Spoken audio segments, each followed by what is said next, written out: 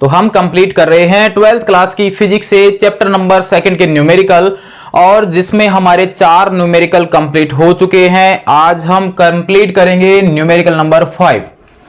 Playlist बनी हुई है, वहां से वॉच कीजिए सभी न्यूमेरिकल, और फिर भी कोई प्रॉब्लम आती है तो आप कमेंट्स में बता सकते हैं कि इसका सॉल्यूशन किस प्रकार से प्राप्त हुआ। यहां पर आप कमेंट्स में जरूर बताइए। अब हम देख लेते हैं इसका क्वेश्चन नंबर 5। क्वेश्चन नंबर जो आपके सामने है, सबसे पहले तो आप इसको बिल्कुल अच्छी तरीके से प्रश्न को समझिए कि इस क्वेश्चन में आपको दिया क्या गया है और पूछा क्या जा रहा है। पॉइंट को सोचिए कि ये कौन से पॉइंट से रिलेटेड है। देख लेते हैं हम क्वेश्चन नंबर 5 को, जो आपके सामने है। इसके अनुसार है कि एक समांतर पट्टिका संधारित्र, यानी एक समांतर पट्टिका संधारित्र का टॉपिक है, तो उससे रिलेटेड फॉर्मूला आपके माइंड में आ जाना चाहिए, क्योंकि उससे रिलेटेड हमारे पास धारिता ही होगी। और धारिता का जो सूत्र था C बराबर epsilon not A upon D होता है। ये आपको पॉइंट से जैसे ही पूछा जाए उससे संबंधित फॉर्मूला याद आ जाना चाहिए। बाकी का देखेंगे इसमें क्या पूछा जाता है। जिसकी पट्टिकाओं के बीच वायु है, यानी समांतर पट्टिका संधारित्र जो है या समांतर प्लेट संधारित्र जो है, वहां उन पट्टिकाओं के बीच में वायु है। आगे क्या पूछा है कि धारिता 8 पिकोफेरेड है, यानी निर्वात में उस संधारित्र की जो धारिता है वो 8 पिकोफेरेड है। तो हमारे पास जो दिया गया है उसको तो हम यहां पर नोट कर लेते हैं, आगे का देखते हैं उसके बाद में। तो यहां पर नोट कर लेते हैं हम संधारित्र की धारिता निर्वात में, और वो हम लिख लेते हैं C, और उसकी वैल्यू है 8 पिकोफेरेड। पिको का मतलब है 10⁻⁻12 फेरेड। क्लियर है। आगे देखते हैं, यदि पट्टिकाओं के बीच की दूरी को आधा कर दिया जाए, यानी यहां पर जो आपके संधारित्र बना हुआ है, एक के ऊपर पॉजिटिव चार्ज है, एक के ऊपर नेगेटिव चार्ज है।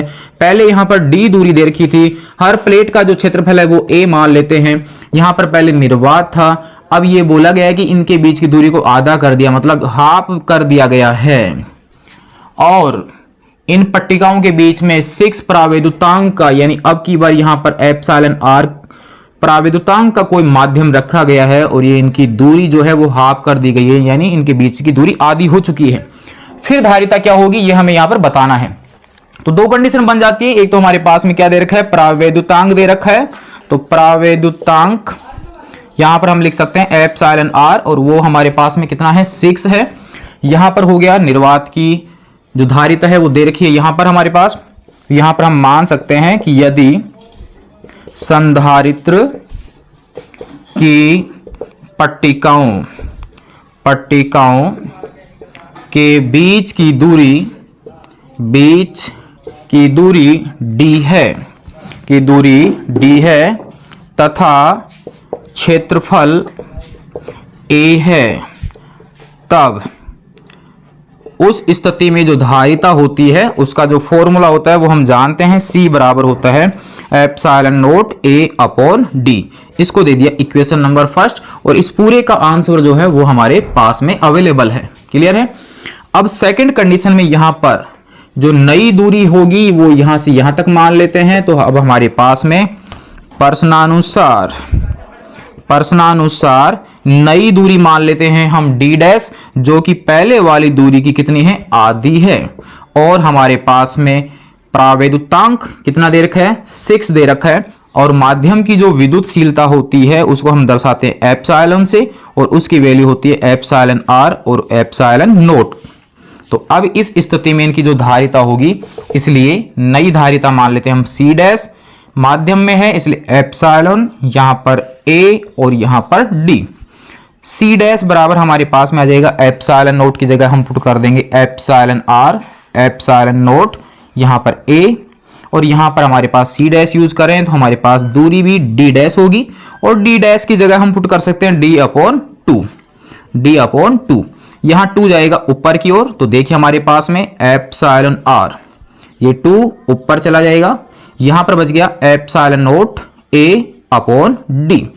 ब्रैकेट में जो राशि है वो राशि C के बराबर है, तो यहां पर C' बराबर हो जाएगा 2 एप्सिलॉन r, और यहां पर पूरा मान किसके बराबर है, C के।